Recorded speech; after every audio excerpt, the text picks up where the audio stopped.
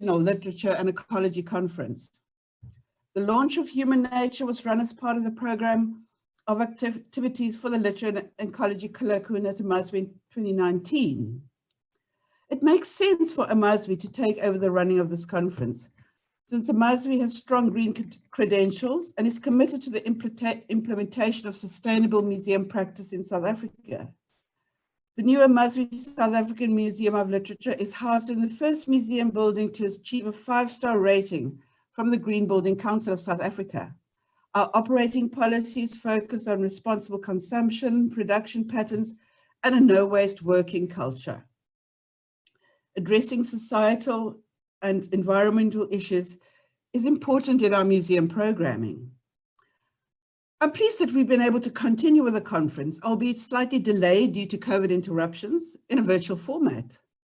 And I must congratulate my staff at this point with our ability to quickly jump to virtual formats in almost everything that we do.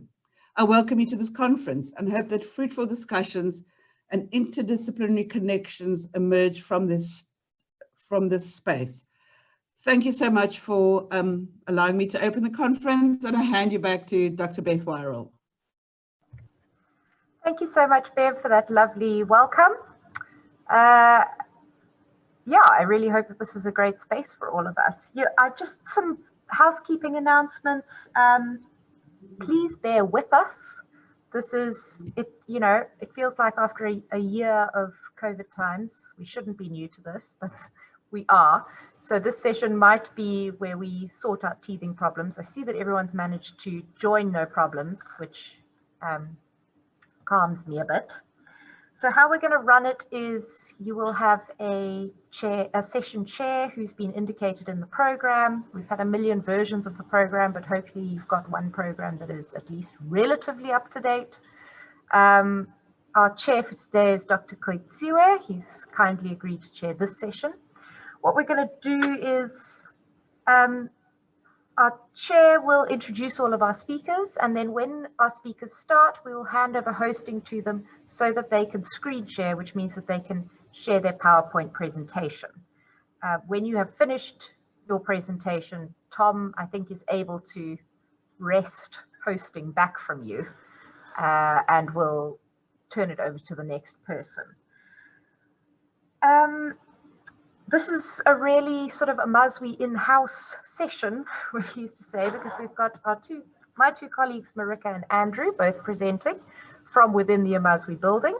And our third presenter, Camilla Christie, is not an Amazwi employee presently, but she has previously worked at Amazwi as a student assistant here, so she's definitely one of our own. So it's lovely for us that we've got a lovely Amazwi home session to start with. Just a note on our interdisciplinarity. What we're really trying to kind of bring out from our sessions is making connections between humanities and sciences broadly. So if the program looks a bit mixed up to you, it's actually because we intentionally tried to mix it up in that way. And we're asking people to think about those unusual connections that we don't fall back on regularly.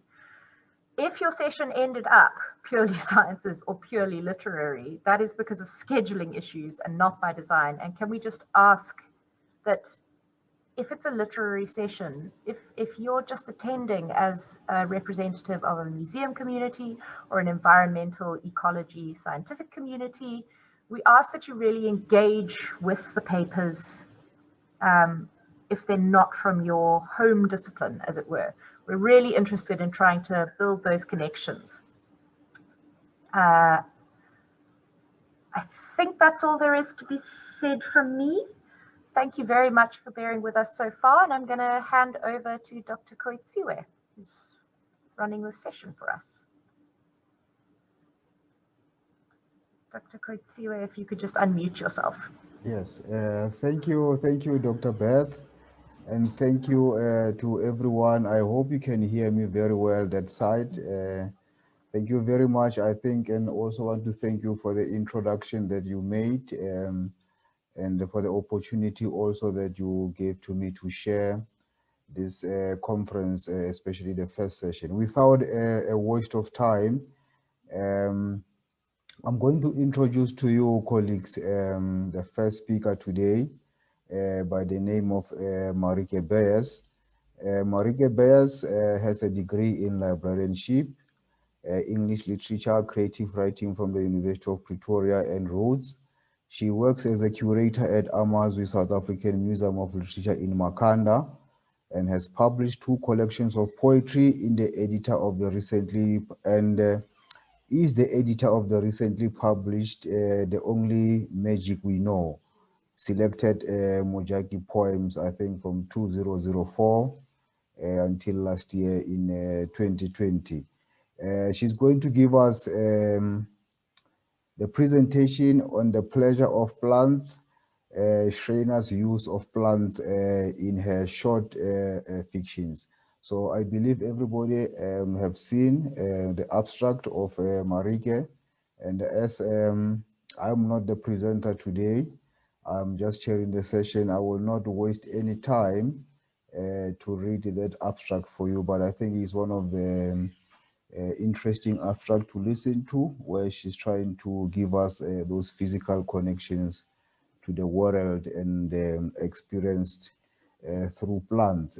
So I'm without a waste of time, because there are also time issues and issues of connectivity. I will give this opportunity to Marike now to, if she has a presentation, to share it, and also give her the opportunity to make a presentation. Yes, you can make it a slideshow. Yes, Marike, thank you very much. This is your opportunity. Thanks.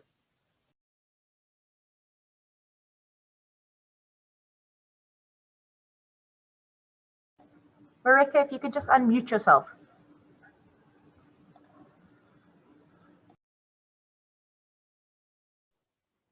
Thank you. Thank you. I'm Marike Beyers. As I understand it, the questions will be after each 3 sessions. So thank you. I'm happy to speak to you about Schreiner's use of plants in a short fiction. Olive Schreiner's love of the African and particularly the Karoo landscape can generally be assumed from her writings evoking this landscape. In a short fiction, Schreiner often does not use the particularities of a specific locale to communicate her ideals, but she presents them in dream worlds, frequently in purely allegorical terms. Nevertheless, I would argue that many of Schreiner's stories ground their ideals in a particularity of setting that conveys a sense of an almost physical connection to the world, often experienced through plants. Schreiner is best known for her first novel, The Story of an African Farm. This work is seen as a turning point in South African literature, in that it is the first work that presents an insistence on an inescapable rootedness in the South African landscape. The portrayal of the Great Karoo in its harsh beauty has become almost an archetypal vision of the land. Here is the iconic opening. The full African moon poured down its light from the blue sky into the wide, lonely plain. The dry, sandy earth with its coating of stunted karoo bushes, a few inches high. Below hills that skirted the plain, the milk bushes with their long finger-like leaves, all were touched by a weird and almost oppressive beauty as they lay in the white light. Today, this is a very recognizable scene in South African literature, and Jane Coetzee even reasons in white writing that much of the white literary imagination of the landscape since this has centered itself in an empty and uninterpretable land.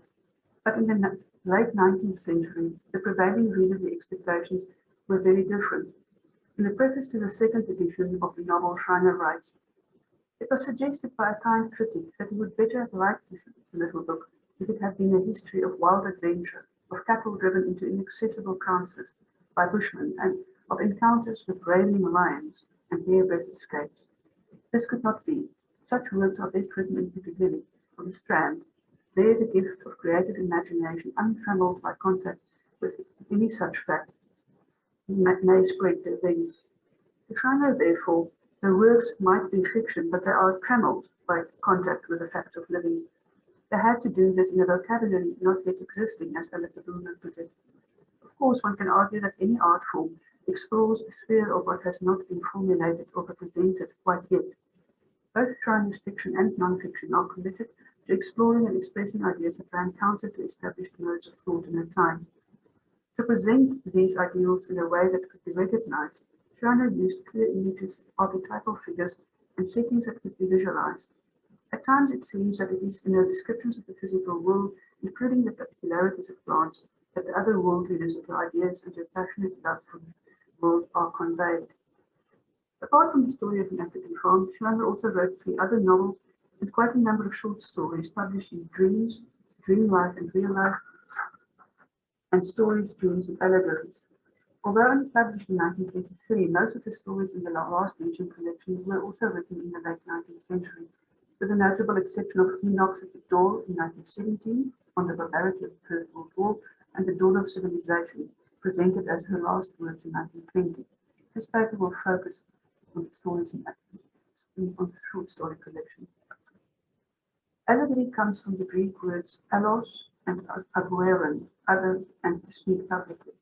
One can therefore reason that it means to speak the other or to speak differently. It has been argued that Shriner found an allegorical mode particularly relevant in her work in considering both the role of other speaking and of speaking about the other. Allegory can be seen as writing against the tropes furthered by the center, voicing the stories of the poor, colonized, and disreputable. Shriner contended with the ways in which progress affected different places and peoples in very different ways. In A Little African Story, Shriner presents the experience and moral choices of a young slave girl in the colonies. In this story, much attention is given to the physical environment and plant life. In her fantasy of a life in which she is loved, the girl imagines a home with walls covered in vines and roses, of lilac trees and lily blossoms, perhaps a kind of romantic image familiar to English readers. In the home she makes for herself in felt when she runs away, the attention is much more detailed and focused on the local. Here, writing about the plants, as Dorothy Driver says, takes us to the specificity of a local setting. The plants are named, provide detail, and are invested with feeling. Plants mentioned are willow trees on the riverbed, hipposol trees, aloes, prickly pears, wild asparagus, and small purple flowers, probably a species of faithful. In presenting these flowers, the narrative turns to the reader as if in a shared understanding. She went out and picked some of those purple little ground flowers. You know them, those that keep their faces close to the ground, but when you turn them up and look at them, they are deep blue eyes looking into yours. The prickly pear used by the girl to make her home is not an indigenous plant, although it has been prevalent in the Caribbean and Eastern Cape since the late 18th century. As such, the girl's shelter becomes a metaphor for naturalization. Dorothy Driver demonstrates a complex poetics of plants in Shriner's later work, but in her short fiction, written much earlier, the role of plants is not as prominent. Plants are used to evoke a sense of physical presence, as in the aforementioned story, or to convey a symbolical meaning. We know that plants held personal significance to Shriner. At Amazwi, they hold some of her pressed flowers, and these are set on papers with notes of their origin and dates. For example, Dear Old Rattle of 1879. There are some of these items in the museum. The story of the women's rose particularly refers to pressed or picked flowers. It is a story that explores women's relations with women in the context of courtship. The women's tutor holds dear a white rose preserved in a box. The rose represents complex feelings she held for a woman. Sent after 12 years consoles her when my favorite woman flickers. She also describes acacia flowers picked by a man that she has thrown away years ago. The symbols in the story claim that the memory of the woman is stronger as the rose is still with her. Yet the impression of the plants themselves has a different effect. Perhaps a rose comes with so much symbolical meaning that it crushes out the sense of the real flower, whereas the acacia flowers are described as details that evoke a physicality. There were other flowers in the box once, a bunch of white acacia flowers gathered by the strong hand of a man as we passed down the village street on a sultry afternoon. When it had rained, and drops fell on us from the leaves of the acacia trees. The flowers were damp, they made mildew marks in the paper I folded them in. After many years, I threw them away. There is nothing of them left in the box now, but a faint, strong smell of dried acacia that recalls that sultry summer afternoon. But the roses in the box still. It's the acacia leaves only that place the story in South Africa rather than in England. The Schreiner published its stories, except for essays and newspaper articles designed to have an impact on political attitudes within the colony. Schreiner offered all her writing to London publishers first. Of the 55 stories, the following can be said to have particularly African settings. The Little African Story, already discussed, 1899, which is the longest of these stories, and it casts Afrikaner history into a fictional form through the story of one woman and her descendants. Plants are used mainly to create a sense of connection or belonging to the land in terms of what they planted: lemon, maize, and sweet corn, cane. Belonging is symbolized in images of roots and soil. Then she and her sons lived on there, a new root driven deep into the soil and binding them to it through the grave on the hillside. The message of the story has to do with life continuing in renewed planting after the death of all the male descendants. As Elizabeth J. remarks, the true inheritors in this story are the black woman. The Cry of South Africa has been anthologized many times as a poem in on the South African War. The dawn of civilization presents an epiphany she experienced as a child in the Karoo.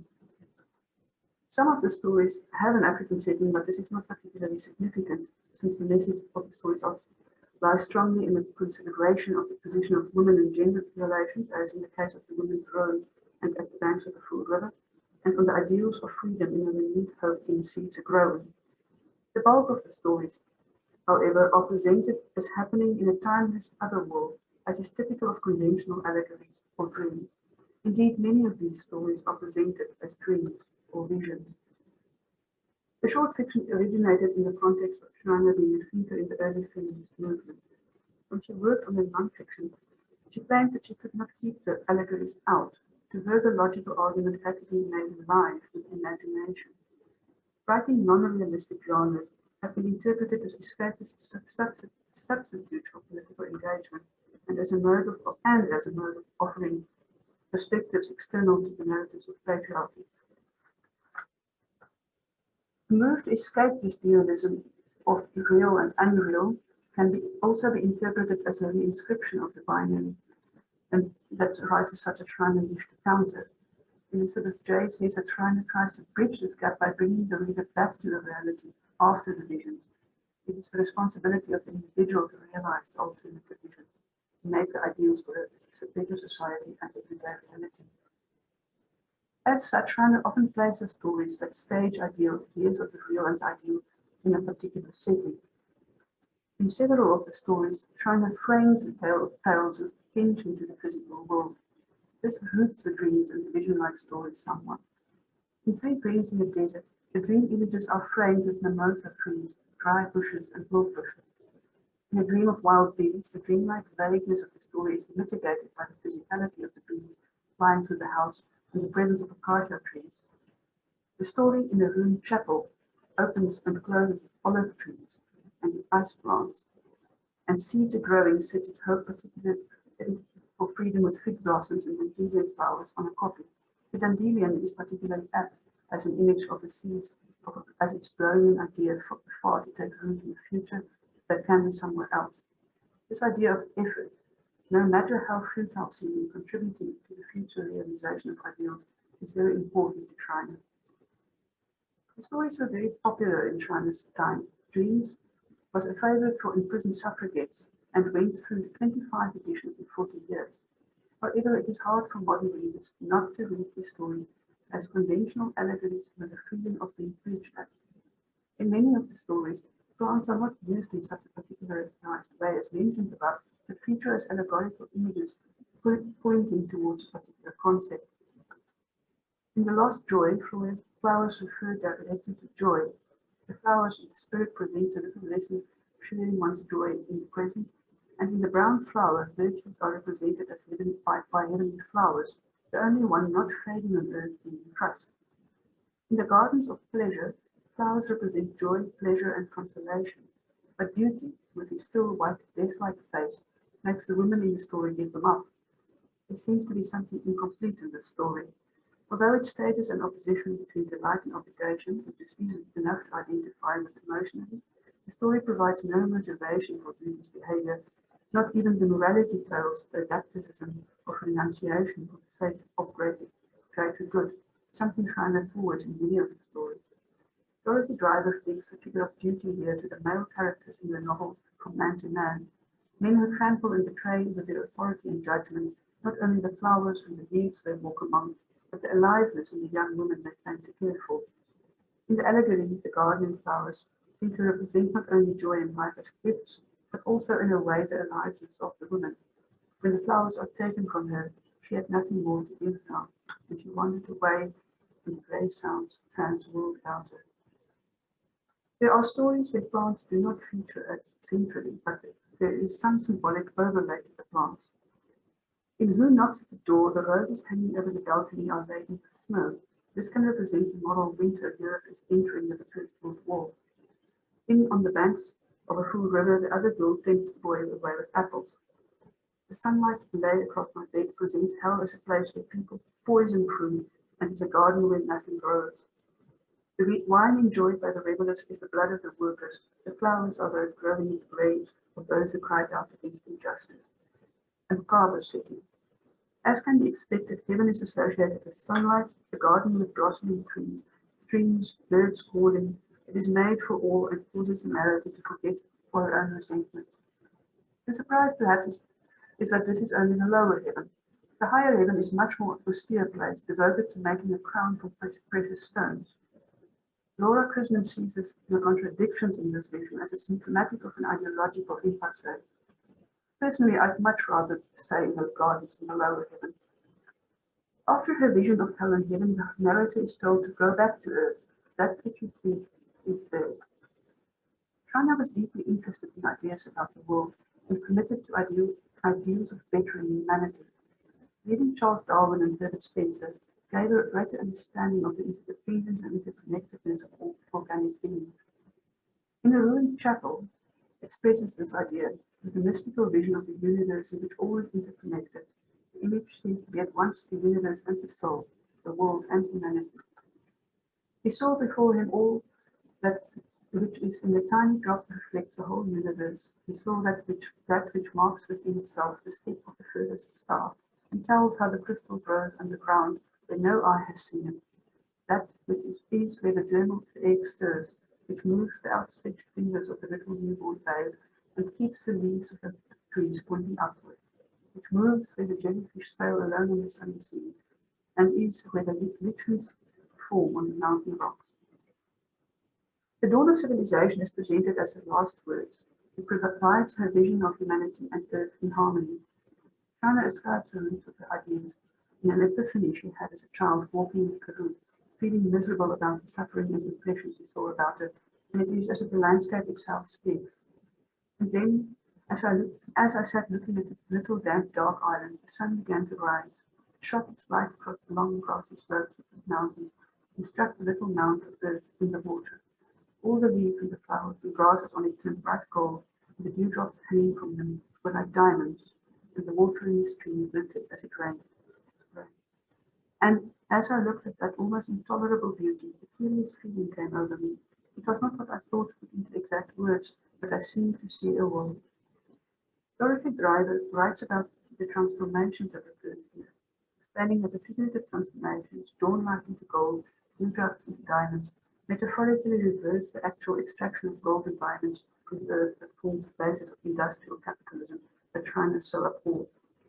These symbolic reversals do not change the condition of the world, but re-engage with the systems of values through which meaning is purified science.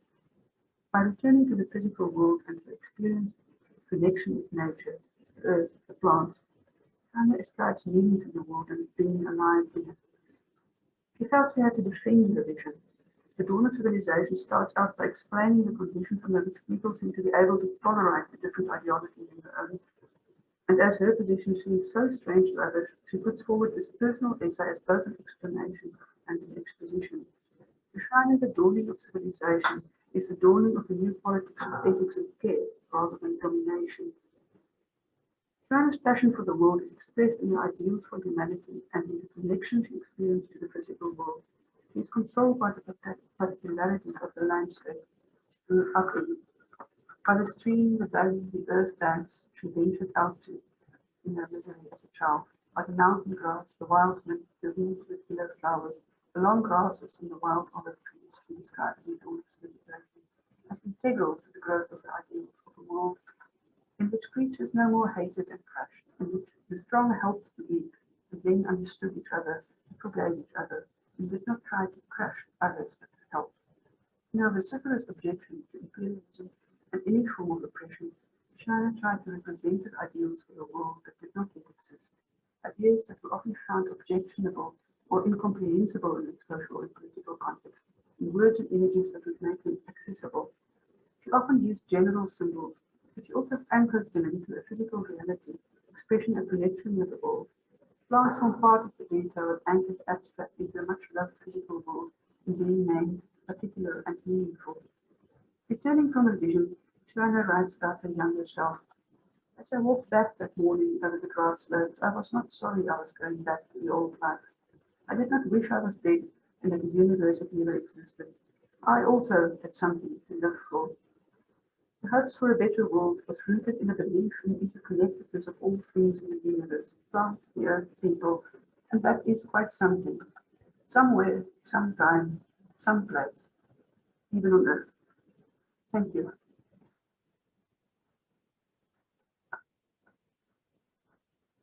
Very much. Thank you very much, Marike, for that very interesting presentation. I also learned a lot from some of the things that you have said there yourself. Ladies and gentlemen, I haven't seen anything on the chat. I'm not sure, Dr. Beth, if you have seen anything there in terms of the questions that has been posed to our wonderful presenter there. No, thank you, Dr. Koitsiwe. Actually, one of the things that I forgot to tell people about is I think we're going to hold all the questions to the end and then have a general discussion session, if that's all right with you. Yes. And we also just ask that people ask their questions, write their questions down in the chat function. Yeah. That's all right. Yeah. And then we'll field them that way at the end of the session after we've heard all the papers. Yeah. No, thank you. And I think also one of the things you indicated is that you are also recording these sessions. I think people should also know about that. Yes. Thank you very much, colleagues. I would like to now introduce to you the second speaker by the name of C.R. Christie. C.R. Christie, she's also going to give us a wonderful presentation. My Khoi language is a bit not good, my sister there, you will forgive me. I think the topic of your presentation is called Nar Kuni Trado Khoi branch loanwoods in South Africa, South African literature. So Christy, colleagues, Camilla, just a little bit about her. Is a second-year PhD candidate in socio-historical linguistics at Rhodes University, with a focus on language contact and lexical borrowing between the Nama and Afrikaans, as well as on the historical processes of the click diffusion. I think this is also one of the presentations I'm looking forward to because of my also little bit knowledge about the Namas and also the Khoi. I used to see them in Namibia there. So I would like to give our next presenter the opportunity to share with us what she has for us. Thank you, Camilla. I will give you the floor. Great, thanks very much for that introduction, Dr. Koitsiwe. I'm terribly sorry, I must apologize. My video does not seem to be working. Can you all hear me? I can hear you very well, Camilla, from this Great, side. I hope fantastic. Everyone can, yeah. Great. Could I be made host so that I can share my screen, please? Yes, I think Dr. Beth can do that. Great.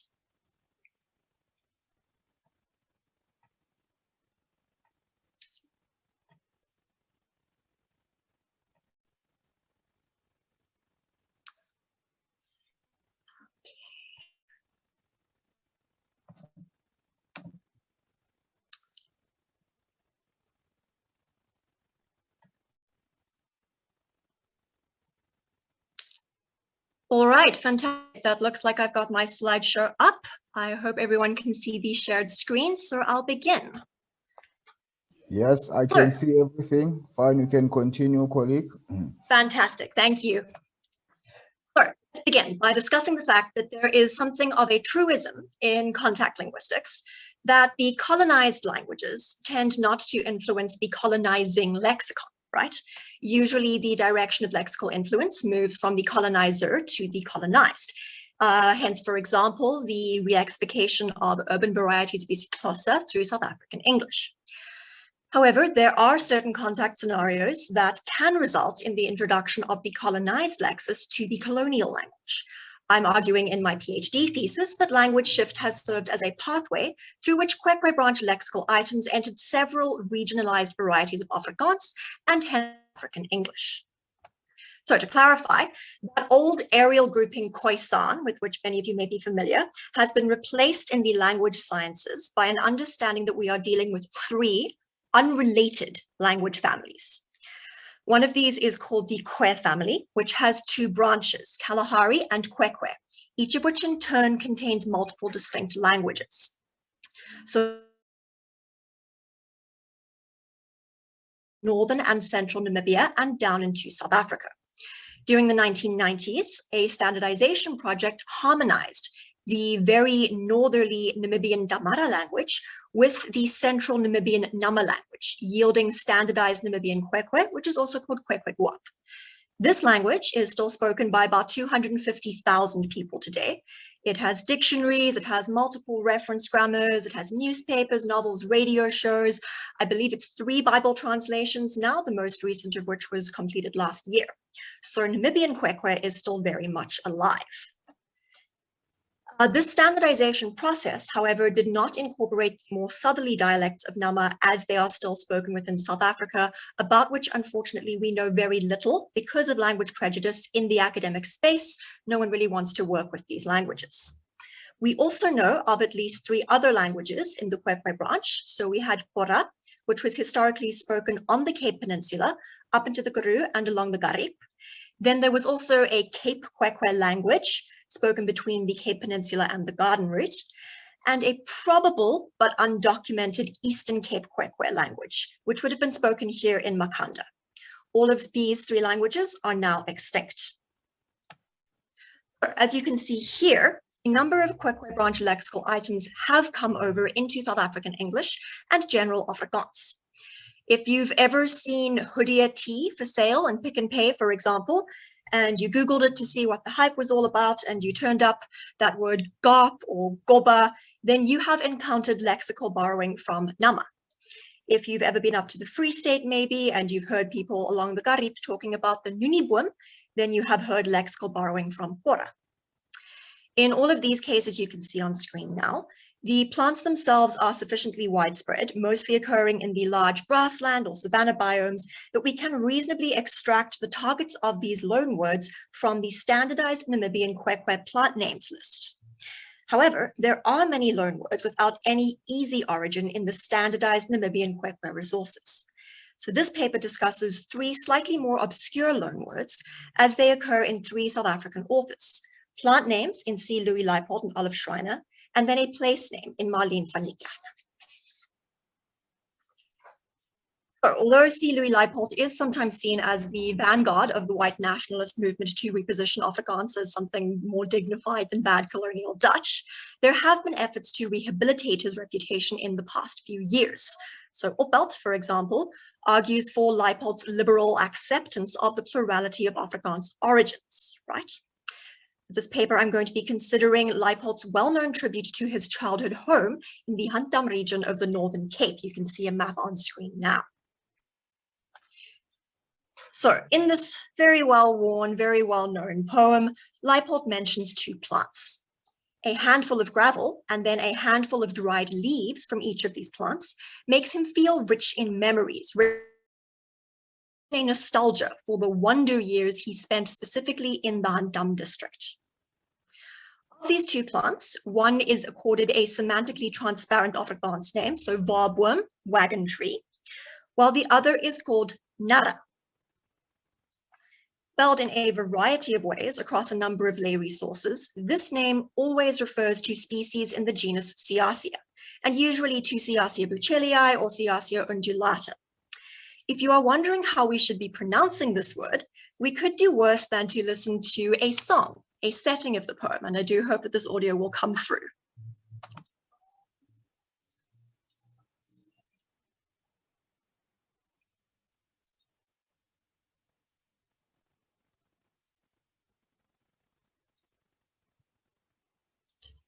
So in that singer's idiolect, we are dealing with a pronunciation nara. I've written up the pronunciations in the IPA. However, that spelling T''GHN, Tanarabus, requires a little more investigation. It's clearly the same as narabos in that it references precisely the same plant, but that T' spelling is non-standard. My 2 preliminary data collection trips to Namaqualand have confirmed that this orthography is widely used to indicate the generalized presence of a click consonant in loan. In the Gamisbach, where Nama is now extinct, you will find that monolingual Afrikaans speakers with no understanding of Nama whatsoever do still retain the use of a click consonant when pronouncing this name Nara. These are some recordings of 3 monolingual Afrikaans speakers using this name to describe Ciacea bucellii that I recorded during April 2019. So let's have a listen.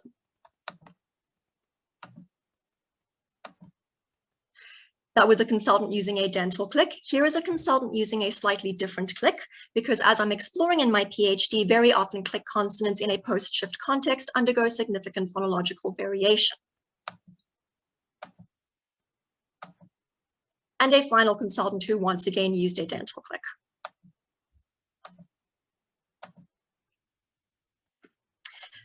Now, this South African Nama word does not occur in the standardized Namibian Kwekwe plant names list. We have a number of standardized Namibian names for species in genus Ciacea, but none of them is reasonably a target for our loan. There's no way that Khudubip, for example, could have produced Nada in loan. Crucial to consider from a historical linguistic perspective is always regional variation. Standardized Namibian Kwekwe harmonizes the northerly Dama dialect with a number of central Nama dialects, but does not incorporate any dialects historically spoken south of the Gari. Our poem describes the Antamwijk, and so the variety of Nama historically spoken here would have been very southerly. It's plausible that this variety had a regionalized botanical lexis that is not reflected in the standardized lexicographical materials. Und Kalahari, which has unfortunately never been translated from the German, but which is a very valuable resource because the author worked regionalized plant names, and one of these is our word aras for the Ciacea lancia. To my knowledge, this word is in record only in Schutze 1907. So our poem, in describing the Handam region, preserves a fragment of Nama that was, in fact, highly regionalized. This word aras, nara, as learned in Leipold's idiolect, is in a very real historical linguistic sense a relic of an earlier time, when the Handam world was, in fact, a discrete linguistic area.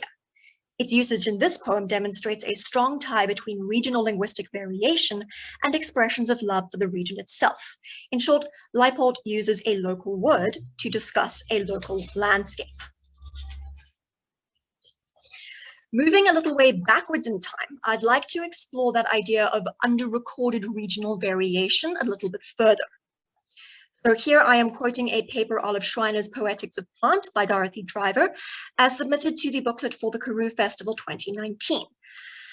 Driver discusses a different name for the same genus of shrubs in Ciacea, namely Gunibos. Rather, as I have just done, Driver argues that Schreiner used this word to emphasize the local. Driver also correctly observes that the Dictionary of South African English has no entry for this word Guni, which is not surprising because the Dictionary of South African English is pretty much useless for working with any Kwekwe branch language. I agree with Driver 2019 that Schreiner was using a term that would have been unfamiliar to all except the most local, because I argue that this word is so regionalized that it no longer survives outside of Karoo Afrikaans. We have records of this word spanning a century and a half. Dino was published in 1929, but was of course written during the 1870s, which means that this is a very old word.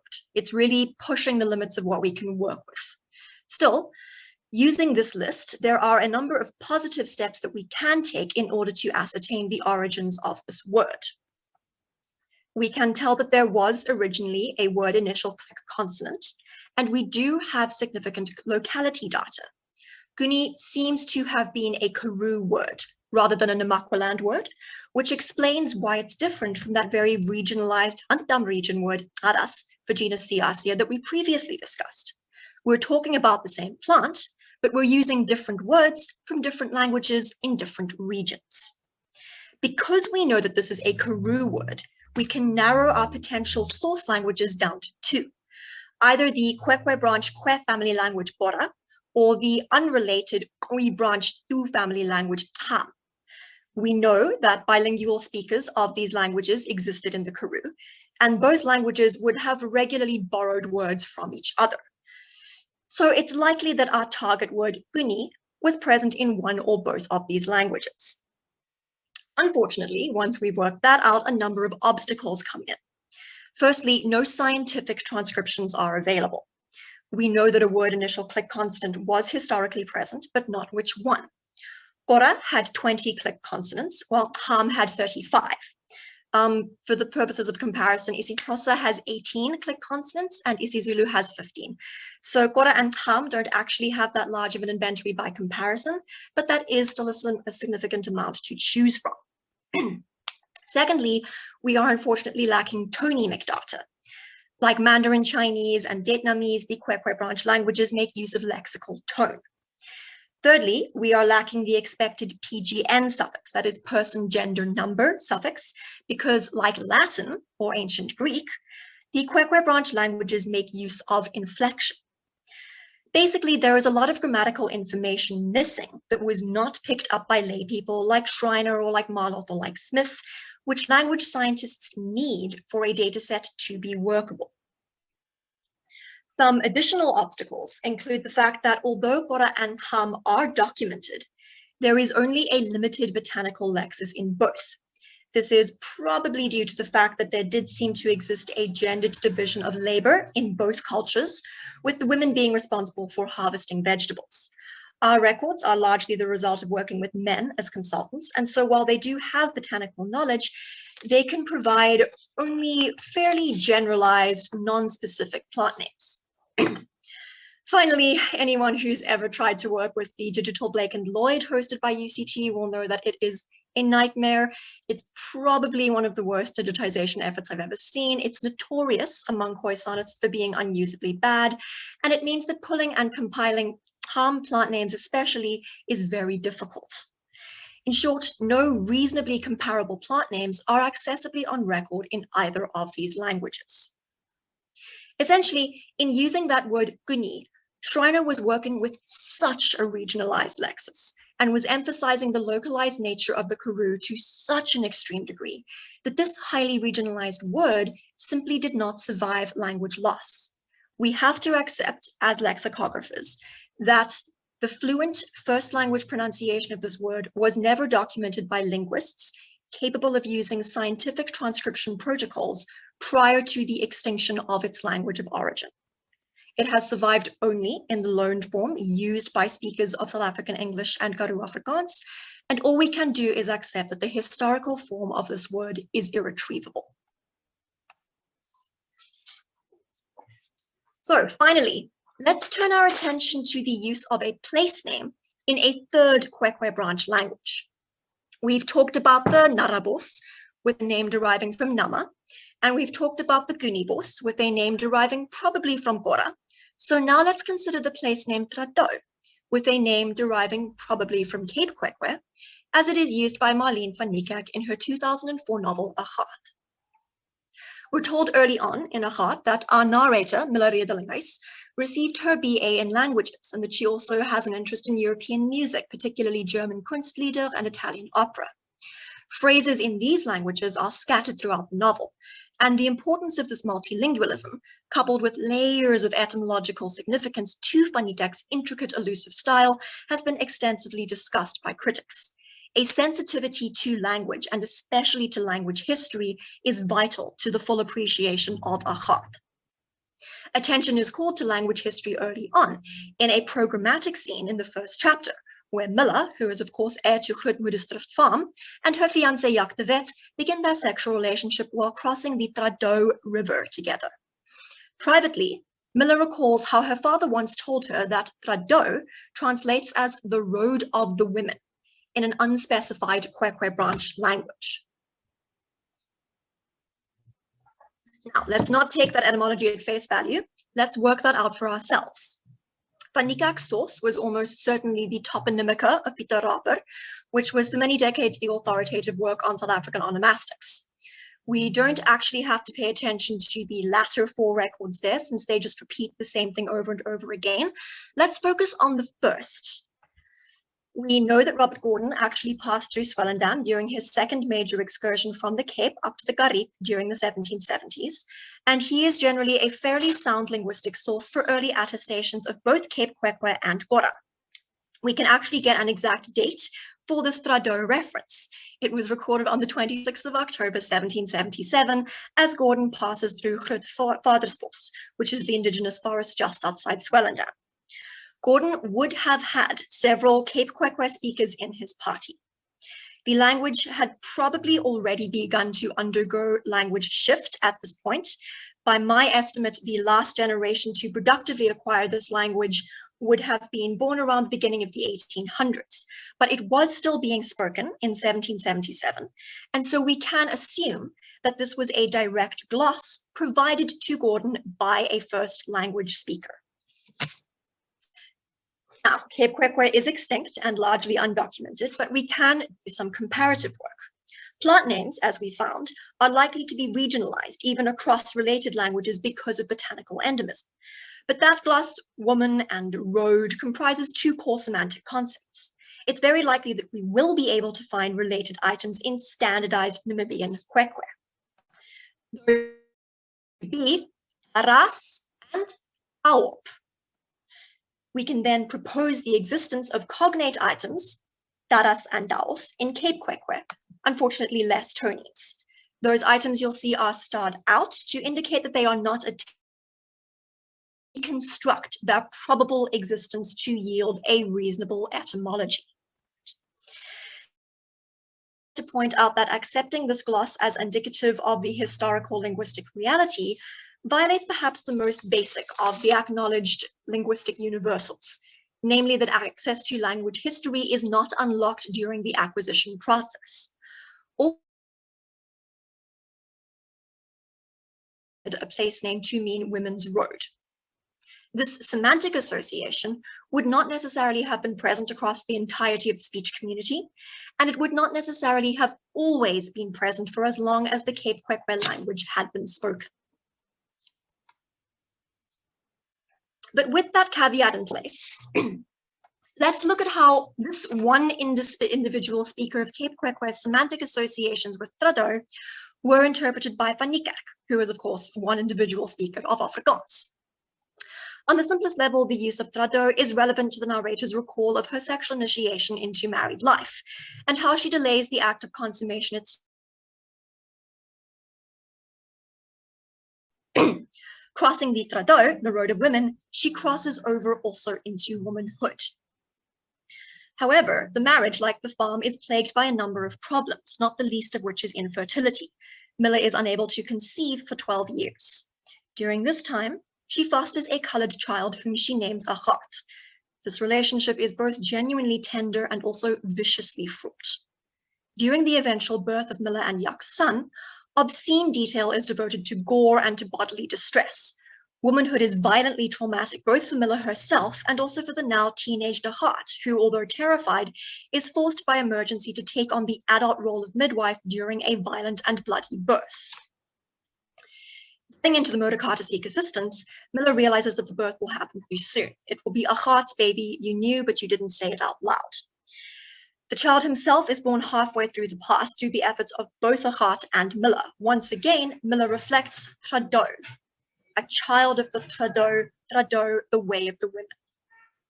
Yaki, born in this transitional space, will grow up caught between loyalty to Miller, his biological mother, and the heart, who will take on a central role in raising him. As a heart's own identity as a young woman has been usurped by Miller's overbearing needs, Miller in turn will come to see a heart's competence in child rearing and farm management as an attempt to usurp her role as woman, as mother, as matriarch. Essentially, this item tradeur is used at two crucial moments in the novel's development of the theme of womanhood, during Miller's first sexual relations, and then during the birth of her only biological child. The choice of this mountain pass, a transitional space from one area into another for the backdrop to two such crucial transitional moments, is of course deliberate, but I would argue that the choice of a Kwekwe branch place name specifically is also deliberate and in fact almost mimetic. We have shown that tradeur is a loan word, the lexical manifestation of language contact, so it's an audible trace of historical interaction between speakers of Cape Kwekwe and speakers of Cape Dutch. Miller's appropriative use of tradeur at these 2 points particularly is mimetic of her appropriative relationship with the heart, and of the colonial conflict over the land, the colonial struggle for power that these two women have inherited. First, the loneliness and the sense of failed womanhood instilled in Miller by her barren and abusive marriage are in part what prompt a heart's adoption. So as she uses this Cape Kwekwe word to define her transition into womanhood, so she uses a colored child to distract herself from her failures in womanhood. Then, the violence and terror of motherhood necessitate that she rely on a heart's assistance during the birth, overburdening the teenager with trauma. This time, in co-opting that word tradeur, Miller co-opts what remains of her foster daughter's childhood and forces her into the adult position of midwife and later foster mother. So in our previous two authors, C. Louis Leipold and Olive Schreiner, we saw how the use of Kwekwe branch lexical items emphasized extreme localization, and hence the author's love and nostalgia for very particular places within South Africa, namely the Handam and the Karoo.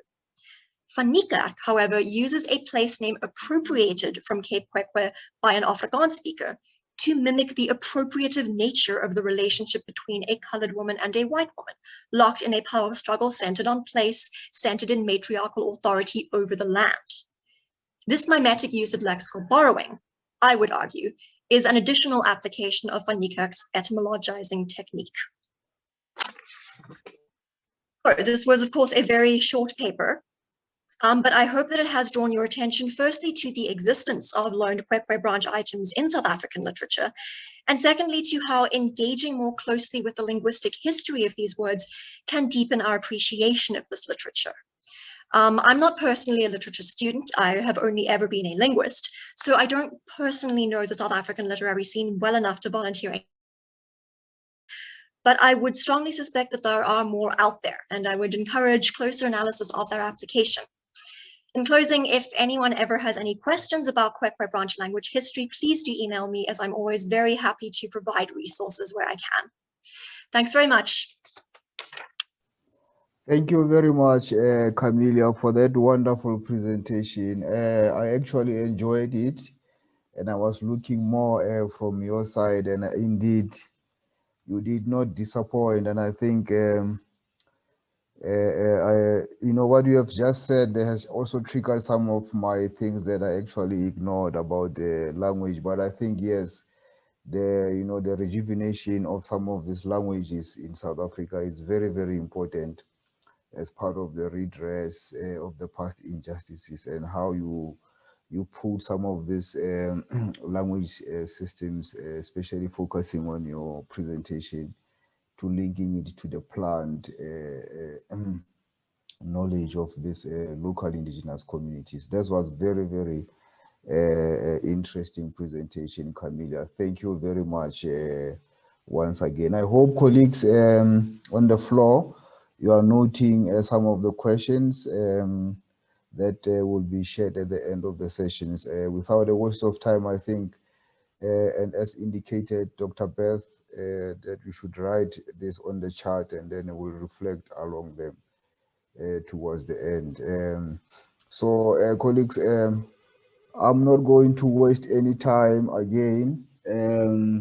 I'm going to allow the third paper from Andrew Martin I hope he's also on the floor, waiting for the presentation.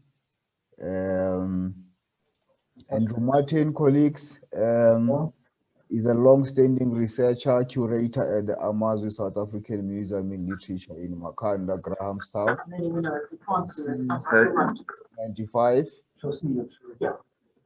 There is a noise coming from the background. Since 1995, he has done extensive bibliographic research into Black South African literature. He's the compiler of the poems of Dennis Brutus, a checklist in 1945 till 2004, in brackets 2005. He has also published about Yes.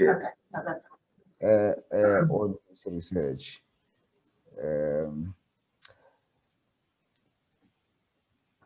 Are you ready, colleague, to do? Yes. Hello. Hi.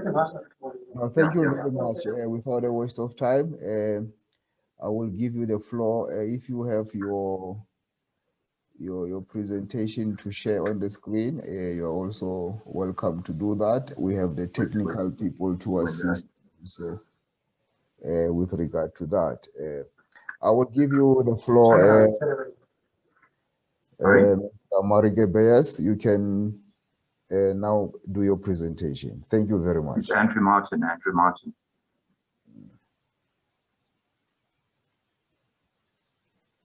Hello? Hello, it's Andrew Martin. Yes, Andrew Martin, you can continue. Sorry about that. Thank you very much.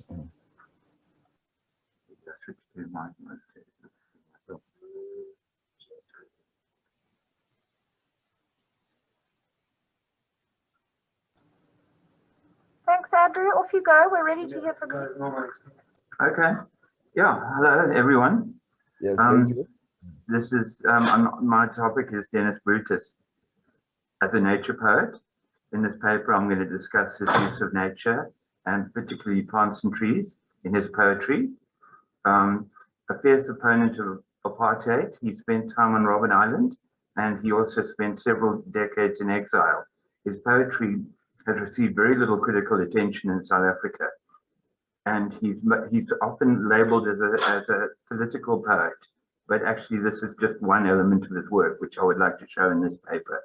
His love of nature, classical literature, and early British poetry comes out in his poetry. I'll use plants and trees to expand on his work as a whole, just to sort of allow people to sort of see that he's not just a political poet. By way of introduction, Dennis Brutus is one of South Africa's best known poets internationally. Besides being a teacher and academic, he was a lifelong political activist, was born into a colored family in Zimbabwe in 1924, came to South Africa in childhood,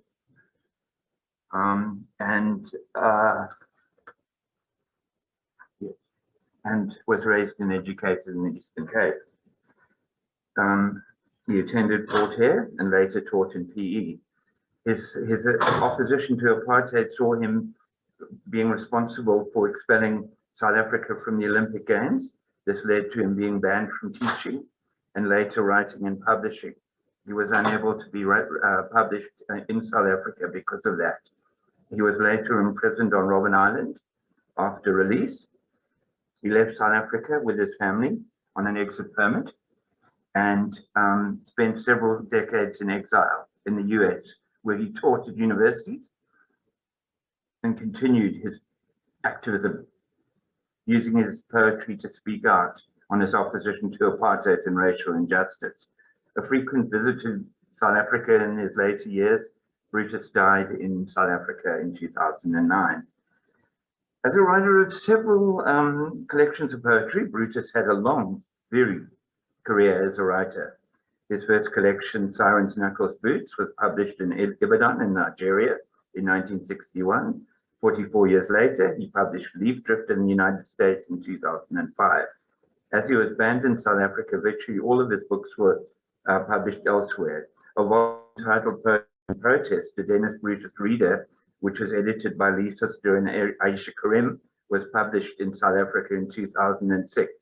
which contains many of his best known poems. Anyone wanting to sort of get a glimpse into Dennis Brutus and his work, this would be recommended reading. He also published poems in journals and anthologies, but there's lots of journals and anthologies include his work. There's been very little critical work though done on artist writing, especially in South Africa. I think this is largely because of the unavailability of his work. Tyrone August published a biography of Brutus entitled Dennis Brutus, the South African Years, which last year, which will hopefully promote further discussion into Dennis Brutus's work. Internationally, Brutus has had a bigger audience. Bernd Lundfors, the American academic, followed Dennis's career very closely and has written extensively on Brutus's writing style, the way it changed over the years and the circumstances that brought about these changes. His poems range from his early, more lyric poetry to shorter poetry with economical use of words, haiku type poems, and experimental forms. How do you go to sorry? How do you switch this screen? Sorry.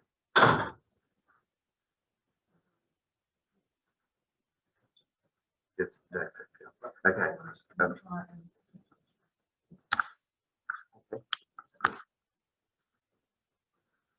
In an article entitled Brutus and Shakespeare, Colin Gardner describes Brutus's poetry as such.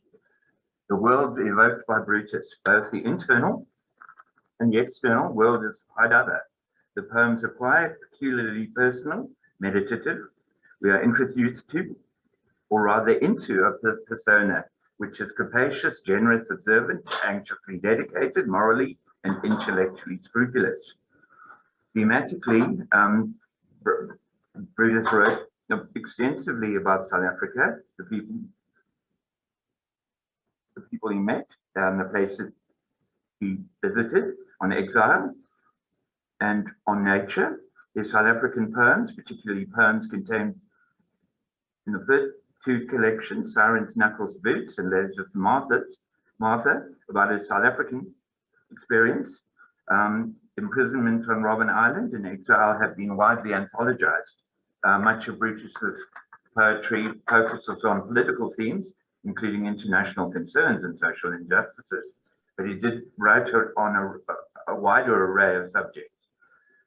A poet from an early age, he was introduced to poetry by his parents, and he developed a particular love for the British poets John Donne, William Wordsworth, and Gerald Manley Hopkins. In a short autobiographical piece published in 1991, he wrote about the role of writing in his life. He says, I grew up engaged with the quest of social justice for the exploited, which animates my activism in sport, poetry, and academia, and motivates my mission against apartheid, racism, and injustice, to help create a world where pain will be quiet, the prison free, and wisdom sculpt justice from the world's jagged mass. Later in the same article, he writes, the essence of my mission against apartheid can be found in my 10 books of poetry. Painfully, through personal experiences, etched against a landscape, I've tried to sensitize readers and listeners of my poetry to South Africa's passions of grief and joy, horror and beauty, injustice and innocence, as she moves towards liberation, justice and peace. Two critics have actually highlighted the theme of nature in Brutus's works. There's a fair amount written, but these two articles are particularly concerned with his nature and his nature poems. In an article entitled Politics and the Pastoral, Ideal in the Poetry, Dennis Brutus, Wole Ogundile links Brutus's work to the pastoral imagination. In his article, he provides a very useful quote by Tolliver.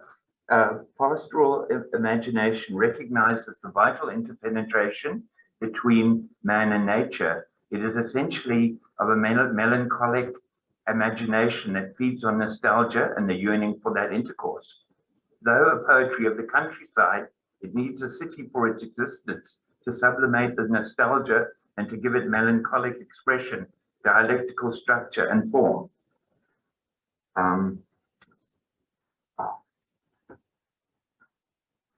Part of this imagination is the love of nature, a belief in the resilience of nature towards mankind, but also its healing power. For Brutus, according to Ogedele, urban civilization does not improve on nature, rather it leads to pain and greed, acquisition of power, and power by the few, suffering for the majority, and general degeneration of the estate.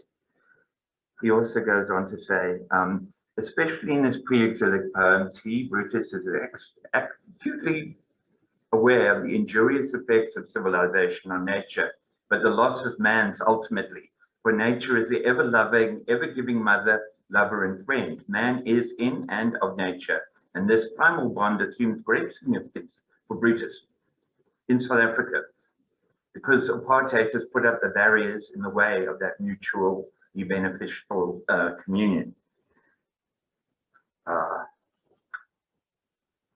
In an article called Smeared Magnificence, Nature and the Denaturalization of Gerard Manley Hopkins and Dennis Brutus by Abdul Yusufu, the author likens Brutus to Hopkins. He refers to Brutus and Hopkins as nature poets who comprehend in their poems the beauty, simplicity, and mysteries of natural phenomena, while at the same time depicting humanity's wanton destruction and commercialization of nature. They also both trace the cycle of nature in its ascendancy, its fall, and its hope of restoration. The prevalence of nature, and in particular trees and plants, in Brutus's poetry is significant. Through a selection of poems of varying lengths and style, I will elaborate on these thoughts.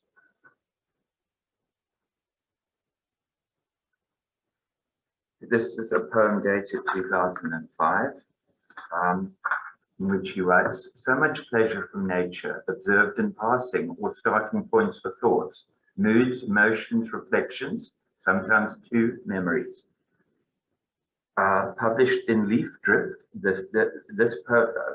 his poem Environmental talks directly about his concern for the environment and the human impact on it. Environmental, I feel the universal dusk closing in, the pall of dun pollution settles on the world. One by one, the villages decay and disappear. We have doomed our world to extinction. We have willed out the death of our planet. Greed throttles our being. In the next poem, this is a short poem, and this incidentally is a copy of something that a document held at Amazwi. We do have a whole file of Dennis's nature poems in the collection. In here, he writes, it's untitled, "The earth accepts me, soil, mud, and grass alike. Why should I spurn it?"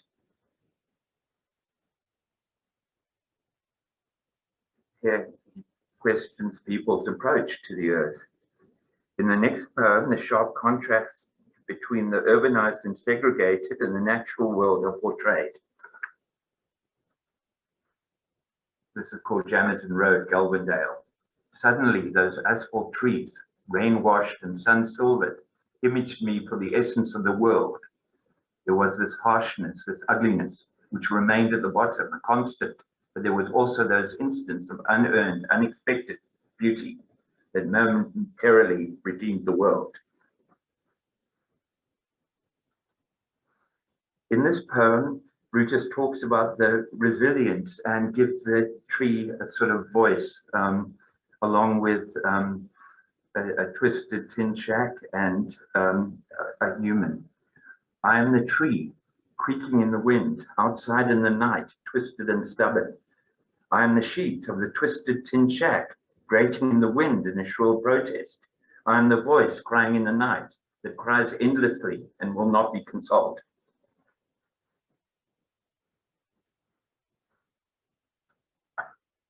Poetry gave Brutus some time alone for reflection, a refuge away from the human conflicts that often occasioned his travels. In a memoir he wrote, "When I'm very angry or frustrated, and I don't want to get mad because then I would lose a grip on the situation. I turn inwards and I write poetry instead, rather than blowing my top." Here is a poem. Here is poem that illustrates this. He uses a lot of his short contemplative poetry is about nature, when he would probably sneak away and go and find a little corner. He used to write prolifically on any pieces of paper that were made available to him, like airline tickets, hotel correspondence, his own university correspondence paper. This is Untitled. Feather, feather in the grass, blue black feather in the grass. For you, I will let my anger pass. I was out there rolling my anger, reminding myself of multiple injuries, remembering deceits, insults, betrayal, all the agonies I've enjoyed when I spied you lying in the grass with your quiet assertion of how much beauty surrounds us all. Hey, the world is filled with beauty with all. Feather, feather in the grass, blue black feather in the grass. For you, I will let my angers pass.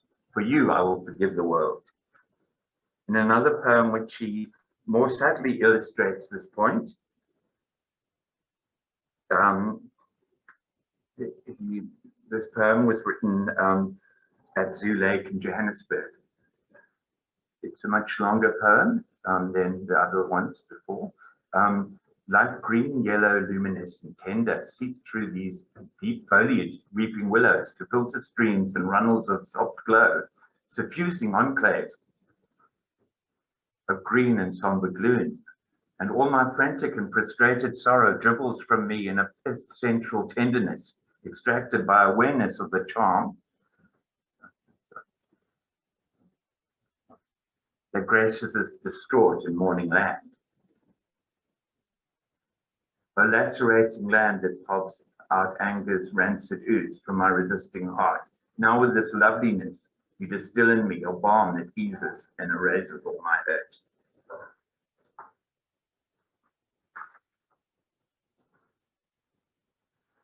In another poem written in Nigeria, he is more forthright in the soothing effect of trees. Africa's jacaranda dusk descends on Ibadan. The trees poise against the grey sky, while the red earth glows. This is my sustenance. The spirit refreshed, the flesh renewed, while the sun descends on Ibadan. The trees smoulders and the trees tower.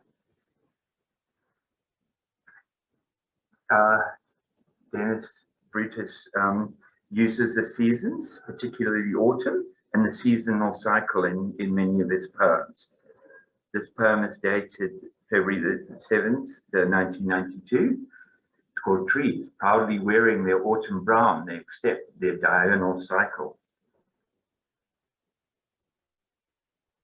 In the next poem, also untitled, all colors signal our cycle's steady movement. Life grows to fullness. In the next poem, similarly, yellow leaves spangle grey sidewalks, melancholy, beauty of autumn. And now for a longer, better known poem. Between the time of falling for the flowers and lush profusion of the summer's leaves, the trees with naked boughs achieve an almost autumn elegance of delicate, austere intricacy. This is the end of spring, the start of summer, and in this stripped athletic grace, subdued assurance of fresh hope, more certain than the burgeoning of spring, more meaningful than summer's fulsome load. In some of his poems, Brutus talks about past memories and hope.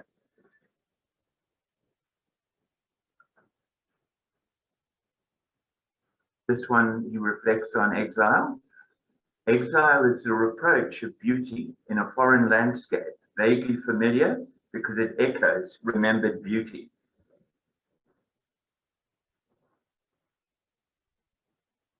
Now, the next poem is also a longer one. In this poem, Brutus remembers and pays tribute.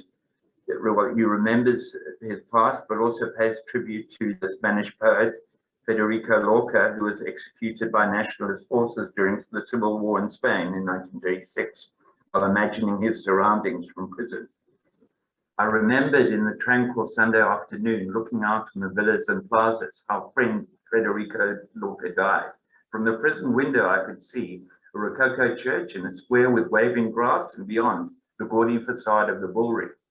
Overhead, the hard, bright blue of the sky, compounded of tropical light and the salt air of the sea, and palms waved amid tropic profusions of flowers, hibiscus and wisteria especially.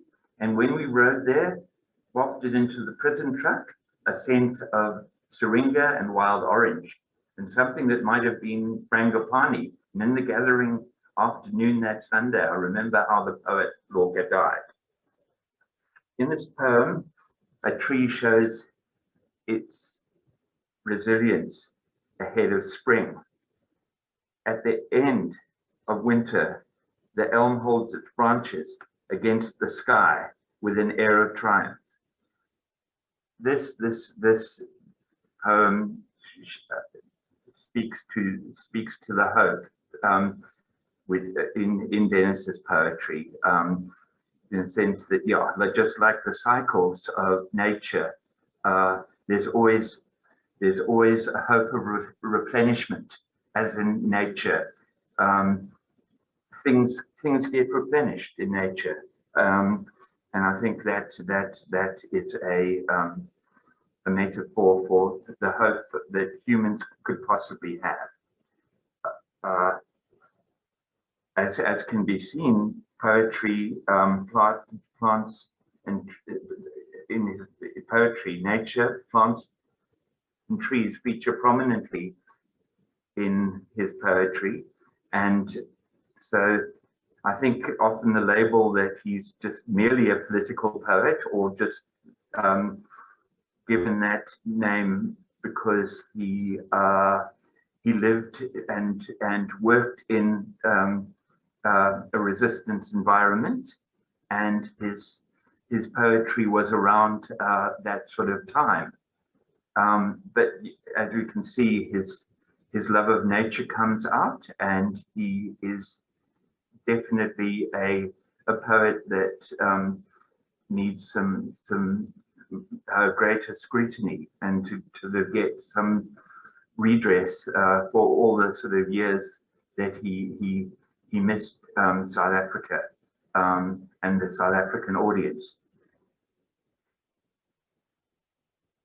So this last poem, he talks about hope as offered by nature.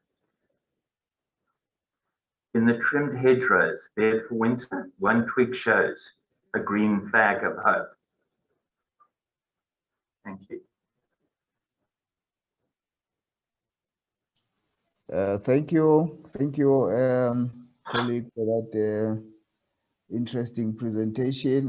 That was also very, very much insightful to know that there is also other people who have also been doing such wonderful work to try and and link their knowledge as political activists, but also as a poet, but also who also had knowledge about certain plants and trees, which are also very, very important. Thank you, Andrew, for that presentation. I think it was very also important to learn some of those poems from Dennis Brutus. Colleagues, I think we are also running out of time, and I think, yes, but we also need to open up for discussions. And I know there are other people who might be having certain engagements for the evening, for the afternoon, but Would like to people maybe to stay a little bit with us if maybe they have time for, because we are planning to open up discussions for some time so that we can engage. I have picked up about a couple of questions from the chat. I also maybe hope Dr. Beth maybe has also picked some there. I have about maybe 2 questions here. I think the one is for Camelia and also the other one for the presenter who just did his presentation now. I'm going to start with the one for Camelia. The first one is say, is there any evidence that the Xhosa language may provide pointers to understand extinct Khoi words? And then there's also another one that you say that Schreiner and Leopold used the Khoi words to emphasize locality, whereas Van Niekerk used it to express appropriation. I wonder if there's anything to be said about the appropriative nature of the literary form. Does it fix these words in place to preserve fast disappearing Khoi strain, or do you rather emphasize the fluid and the flexible nature of literary forms in your work? Yet another voice added to the chorus, another appropriation and type of usage to add to the varied linguistic history, or both. And then there's also a question for Andrew. Has there been much scholarship on Brutus' nature poetry? I tend not to think of him as a nature poet. Maybe I can give Camelia the chance maybe to respond to some of these questions. Maybe others will also come, and also maybe there could be other discussions coming while we're still trying to clear some of the things. Yes, Camelia, you can come on board. Thank you very much. Great, thank you. So I'll just answer both of those 2 questions as concisely as I can. That first question, that discussion of contact between isiXhosa and some of the Kwekwe branch languages, so that is a topic of hot contention. I would say very honestly that there was probably much less contact between Kwekwe branch languages and isiXhosa than many South Africans think. The language which was most likely to have been in contact with isiXhosa is, of course, Eastern Cape Kwekwe, about which we know nothing. We just know that it existed. And then there is some small evidence that some speakers of Kora may also have been in contact with isiXhosa. The problem is that of these languages, we can't detect the presence of loan words in isiXhosa. When we can detect them, that we don't really need isiXhosa to provide anything, if that makes sense. So I would also like to note that probably there was much more contact between Khoi branch languages in the Ta family, so the languages that South Africans call the San languages. There was almost certainly more contact there than with the Kwekwe branch languages. From a linguistic perspective, I would say that honestly, we don't have enough understanding of the lexicostatistics of the Nguni languages to really get a clear sense of what any potential contact between Kwekwe branch and Nguni branch languages led to. We don't have basic knowledge, like we do not know how many words in isiXhosa contain click consonants. We do not know how many words in isiXhosa are in fact learned from Kwekwe. There is a statistic that goes around that 33% of the lexis is from Kwekwe, which is complete nonsense. So unfortunately, there is a huge amount of basic lexicostatistical corpus work that needs to be done on the Nguni languages before we can actually seriously use them to work with the Kwekwe branch languages, is the closest to a short response I can give to that. With regards to Beth's question, so that's a fantastic question. To me, it encapsulates the struggle between linguistic descriptivism and linguistic prescriptivism. As it happens, one of the primary things I'm working with in compiling my corpus of loanwords is I am using very, very, very local Namakwa literature. Like, for example, there's an autobiography that this guy has written. It's self-published, only available in Namakwa, and it's written in Afrikaans. He's a first language monolingual Afrikaans speaker, but it's absolutely full of Nama words. And that's very, very useful. The problem with records like that is that they tend to be written by lay people, and so the spellings are not standardized. It's very difficult to work with them because people will just use that T apostrophe to indicate a click, or they'll just use XH to indicate a click, which is very frustrating, right? It's difficult to work with. So on the one hand, it's wonderful that people have written these things down because it gives me something to work with. But on the other hand, it's very frustrating because the information is so partial, so difficult to access. And on a note discussing that idea of appropriation versus sharing and sort of fixity versus fluidity, as a descriptive linguist, coming in from the very privileged position of just studying this language and having no deep cultural or emotional attachment to it, to me, the fact that people are borrowing words, or that they'll use words in books, or that they'll remember words and pronounce them slightly differently, to me, that's fascinating from a linguistic perspective, right? That's wonderful language change, and that's a really good topic for a thesis, right? But I would like to note that when working with first language speakers of a different, one of my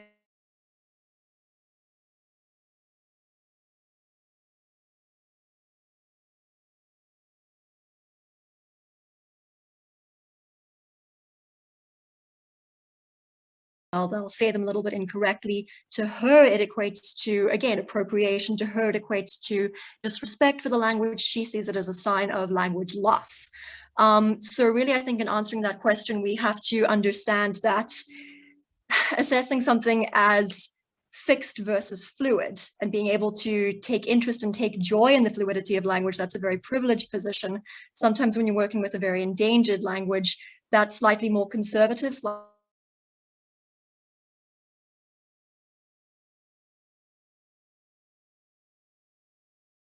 yeah.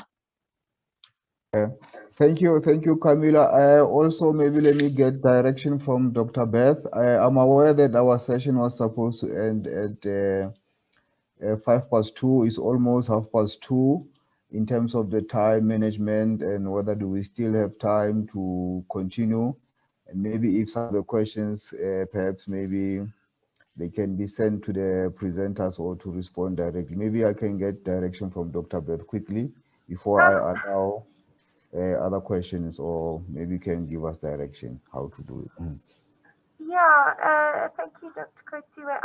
I thought that we were scheduled to end at 2:30, which is right now. Yes. Am I correct? Yeah, from the program says 2:05. Oh dear.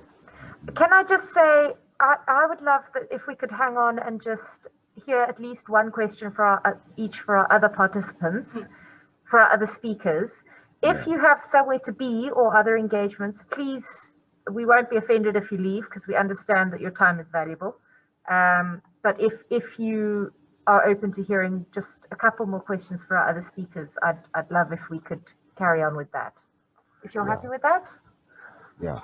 Okay, no, that's fine. I think you are right. We were supposed to push until 2:30, but maybe let me give other presenters to respond to the questions, especially Andrew with the first question. I think there's also another second question. Andrew, he says, I like the evidence here that as a poet, one does not simply have to tread a well-predictable path. Dennis Brutus was indeed a powerful political voice, but he was much more rounded than that. Sometimes perhaps it's too easy to pigeonhole a writer. Maybe perhaps Andrew can respond quickly on those two questions, and the first one that I said to you before about the scholarship.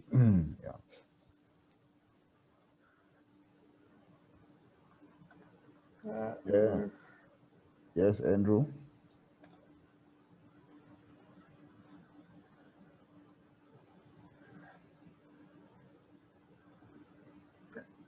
Sorry, I was cut off. Oh, there we go. Yeah, back. Both questions are pretty much the same, I think. I think one has got to understand that Brutus himself saw him primarily as a poet. I mean, he was a political poet after he sort of started writing poetry.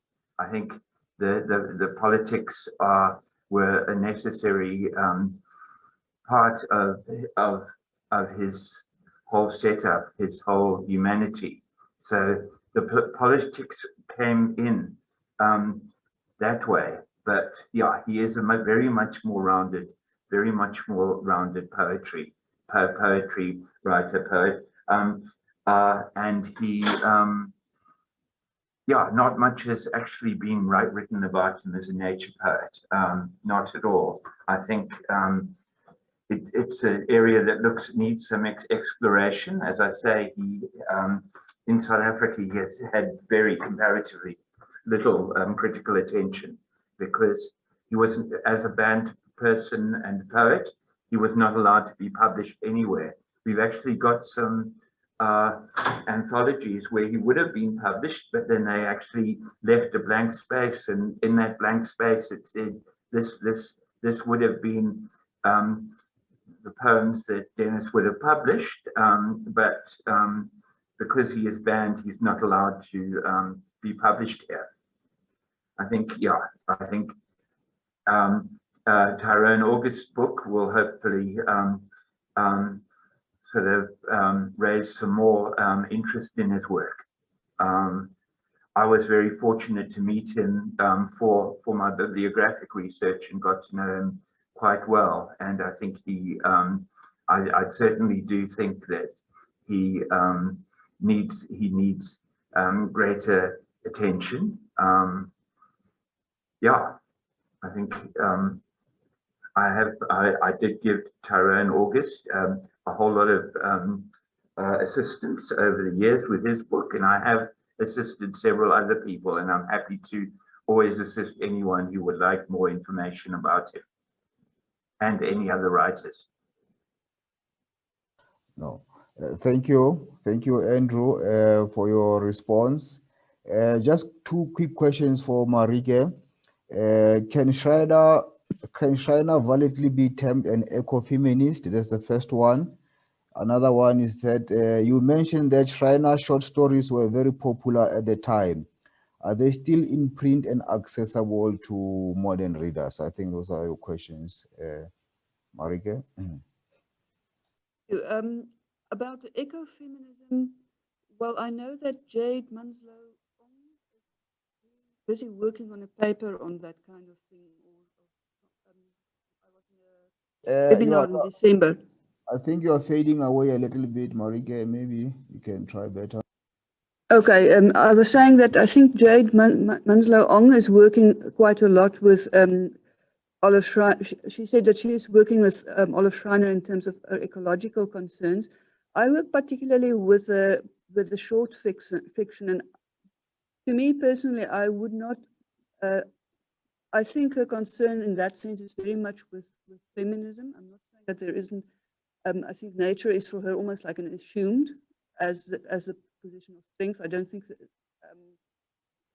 from there, to some extent, what I like about the kind of, I think she has the activism kind of thing with her. She might be a free thinker, atheist, but I think there is a part of her being quite a missionary in her belief in the betterment of humanity, and that humanity and world can be together. So I think that the sense of we are all part and interconnected, and in a kind of mystical way, yes. But and maybe if she lived today, then this would have been the issue, and then she might have been. But I'm not sure that as an issue. I wouldn't from the short fiction call her. But as I say, that was also her in her earlier work, where I think she was trying to find metaphors. So looking at that in terms of the popularity of the short fiction, I think it has been republished, but in a facsimile kind of way, as part of the literary history. More my impression, it was very popular, but I have to admit that I think, and I have written a paper a bit on this. Is that I think it's very difficult for modern readers to read her short fiction, because it feels so it feels very obvious in some ways. It's very in your face in some way. The message of it, and sometimes it feels, I mean, it's almost like an amazing belief in the of goodness and the ability of that, but it's very it feels religious, actually. And I think that it's one has to get past our. I'm not sure about finding it in a bookshop easily to buy, but I think it would. Kind of academic libraries would have it. Right. Yeah, thank you, Marike. I don't see any questions on the floor, and also through your permission, Dr. Beth, I think first of all, I would like to thank all the presenters. I think they did also a very wonderful presentation, and also their responses to the questions. I think that was very good. Even myself, I learned a lot from those poems. But also, let me take this opportunity now. I think I should take it back to you, Dr. Beth, maybe for your summary. I think we had about 23%. I think it's only 23 people who were participating. Only 3 has left now, to show that a lot of people were still staying on the floor. So I'm taking it to you, Dr. Beth. We started very well, although there were small issues, but I think the conference started very well. But I think even maybe perhaps we can have more participants tomorrow and going forward. Thank you, Dr. Beth. I'm taking it back to you. Thank you very much.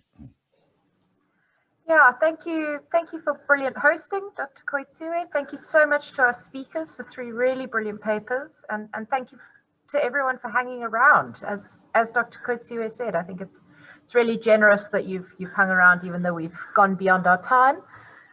Thank you for bearing with us on our technical teething issues. And we'll see you all tomorrow. I hope that you all join us again for the session tomorrow afternoon. Thanks, everyone. Bye-bye.